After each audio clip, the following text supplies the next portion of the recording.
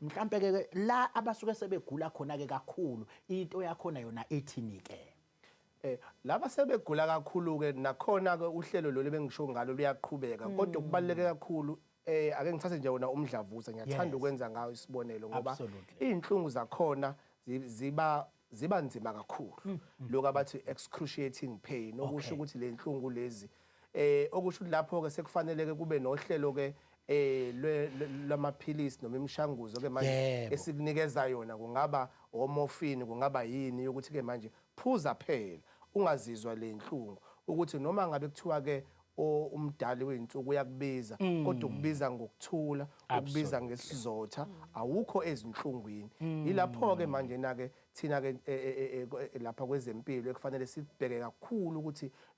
lokhu kuyenzeka ukuthi